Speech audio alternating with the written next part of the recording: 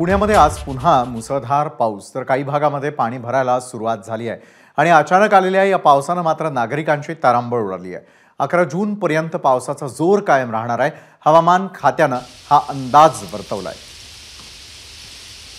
मंदार गुंजारी आपले प्रतिनिधी या संदर्भात अधिक माहिती आपल्यापर्यंत पोहोचवत आहेत। मंदार, खरं तर पुण्यामध्ये आज पुन्हा एकदा मुसळधार पावसानं हजेरी लावलेली आहे, त्यानंतर पुण्यात किती पावसाचा जोर आहे, काय परिणाम? पावसाचा जोर किती आहे हे आपण प्रेक्षकांना या दृश्यांच्या माध्यमातून दाखवूयात। जिथं एरवी मोठ्या प्रमाणात गर्दी असते, वाहनांची वर्दळ असते, त्या रस्त्यांना अक्षरशः या ठिकाणी ओढ्याचं स्वरूप आलंय।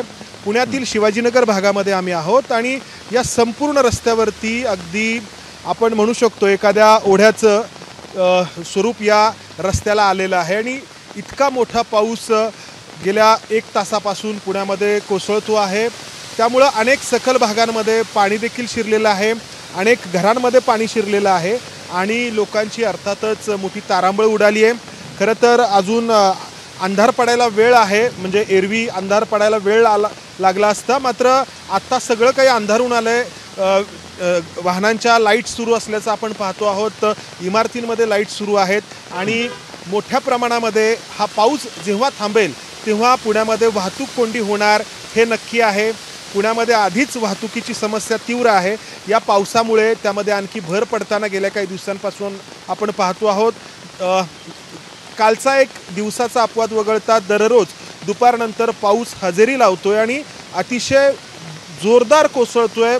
दुष्काळाचा जो काही परिणाम आहे तो एका अर्थाने हा पाऊस धुवून काढतोय, मात्र त्याचबरोबर पुण्यातील ज्या पायाभूत सुविधा आहेत त्या पायाभूत सुविधांच्या समोर एक प्रश्न देखील उपस्थित करतोय।